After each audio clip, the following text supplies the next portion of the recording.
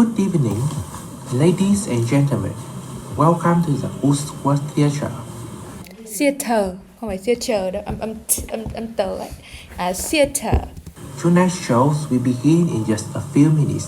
Rồi ok, đằng này em sửa được cái âm sờ nặng rồi đấy. Cô nghe âm sờ nặng ra rõ rồi đấy. Show, ok. So please take your seat. Không, cái này lại sờ nhẹ. Seats. We also request that all mobile phones be turned off at this point. Tốt. In addition, please remember that talking, photography, and sound recording are not permitted during the show. Cho cô rõ cái âm này ra. Permitted during the show. Again, the performance will start short. Performance, âm đuôi nhé. Performance. Thank you for cooperation and enjoy the show.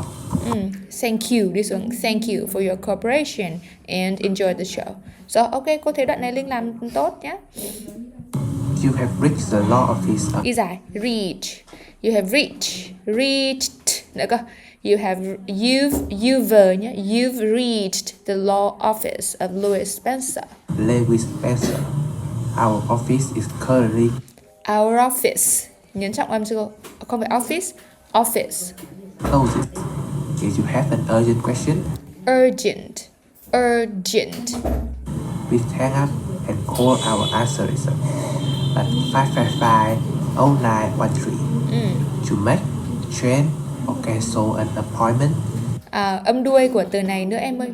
Change. To make, change, or cancel an appointment nha. Change. Đấy, âm đuôi rõ ra rồi cô. Please leave a message after talk or call back during regular business hours. In addition, questions may be submitted through our website. Ok, được. Rồi, tốt đấy. Tiếp nào. On today's episode of New Business Travel, we'll talk about the most. We will đúng không? We'll talk about. Đấy, we'll talk about. Efficient ways to check your baggage, move quickly to security, and locate your departure gate. Ok. Then, I'd like to discuss an international travel. Ân đâu, làm chưa có ân được không? I'd like to discuss, nối luôn. Discussing international travel. Although traveling abroad may seem difficult, Nói rõ ra. May seem difficult. it can actually be fairly easy. Let's look at some similarities that we have. It can actually be fairly easy. Let's look at some. Đấy, thử âm sờ em. Look at. Let's look at some simple tips Similarities that we have. that This will is a help. picture taken outside. The first thing I see in the picture is three women studying together. Is 3 women studying together. The first woman on the right is listening to music, while the woman on the left is looking at the notebook Notebook. Đọc là notebook nha. on her side, and the other is typing on her laptop.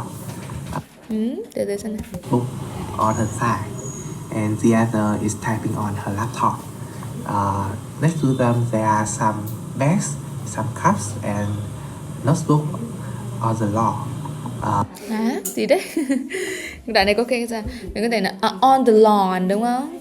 Next to them there are some bags, cups and notebooks. Lying on the, cho cô thêm cái động từ lying on the ground, hoặc là lying on the lawn, đang nằm ở trên cái bãi cỏ đúng không? Yeah, okay. Lying on the lawn. Phát âm phải chính xác rồi nhá. The lawn. Rồi. In the background picture, I can see some trees along the pathway, so I think they are sitting in the park. Rồi, ok, tốt nào, nghe lại xem nào. Some trees along the pathway, so I can see some trees along the pathway, so they I are think sitting in the park. they're sitting in a park. Okay, good. Okay, cô thích cái idea của em nhé.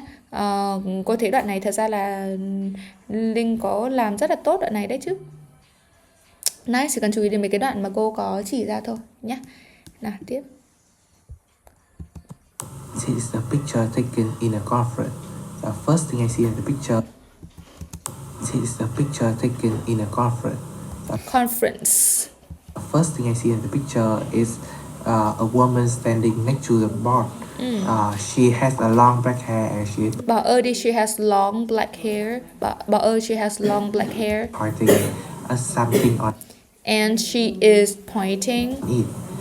In front of her, long black hair and she is pointing at something on it. And she's pointing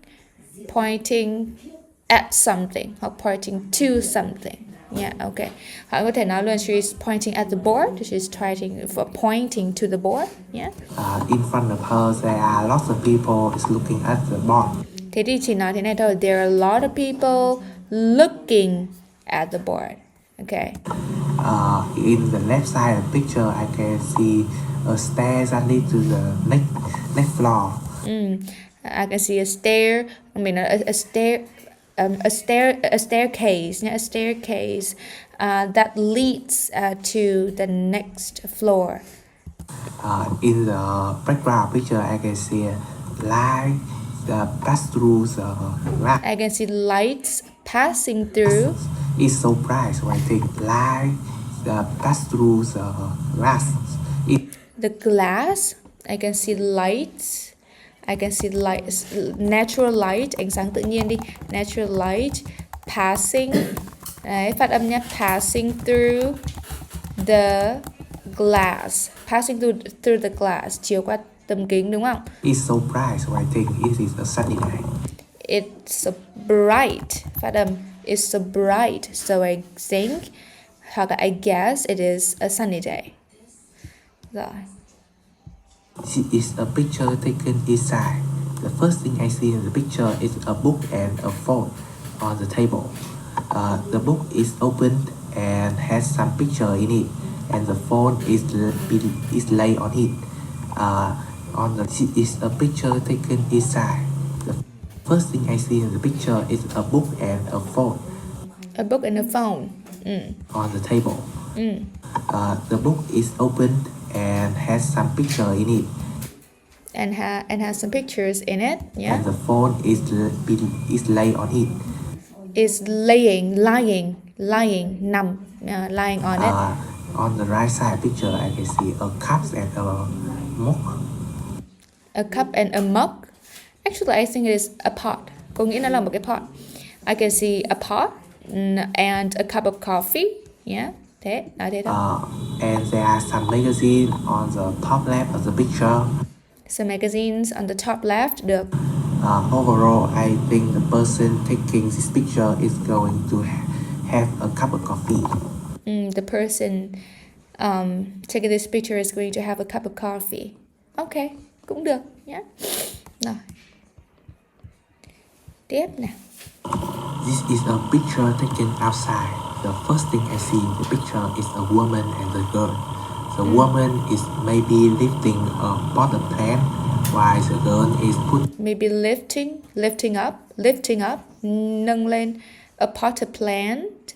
Putting her hand, maybe lifting a potted plant, while the girl is putting her hand on the cart. While the girl is putting a hand on the cart. Okay. In the cart, there are some pots of plant. There are some potted. Đấy, phát âm đây này.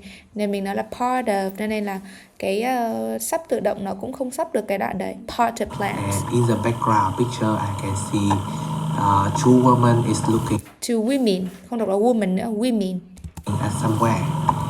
I can see two women who are looking somewhere. Hoặc là who are looking around, đang nhìn xung quanh, đúng không? And there lies a pot of plants in the there lies a pot of lines, các cái hàng hả? There are lines nhé, phát âm nhé, lines of plants along the road, so I think they are in sale.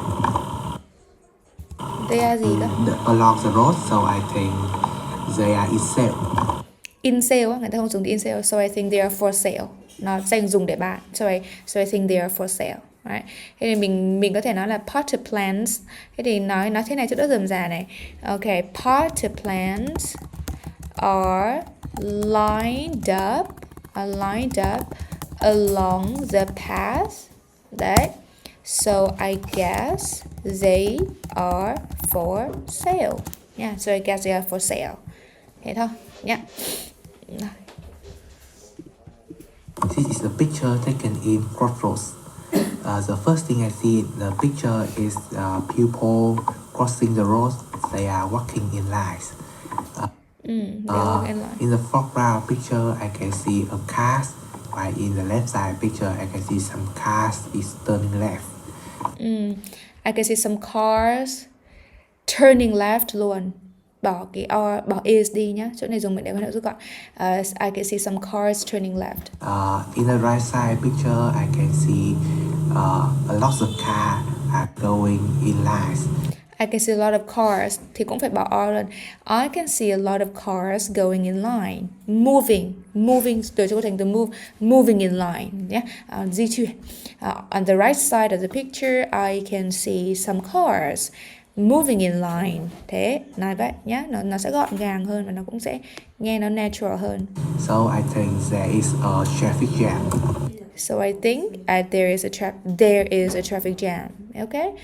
So I think there is a traffic jam cũng được. Okay. Rồi, idea của em tốt đấy. Cô thấy idea của Linh tốt nhé. Nhưng mà vẫn là vấn đề về phát âm nhé. Còn mấy cái đoạn em phát âm là hơi bị khó. Thành ra là khi cái người nghe nó sẽ khó cái hiểu cái đấy. Nên là vẫn phải sửa phát âm nhé. Đó, đấy là mấy cái mà cô comment về cái bài này. Còn em xem cho cô thêm cả cái bài sample answers cô gửi cho nữa nhé. Đấy. Có tiến bộ với phát âm ở cái đoạn module 1 đấy nhé. Đấy, đọc 3 cái này cô thấy là có cái sự cải thiện hơn so với những cái buổi trước rồi.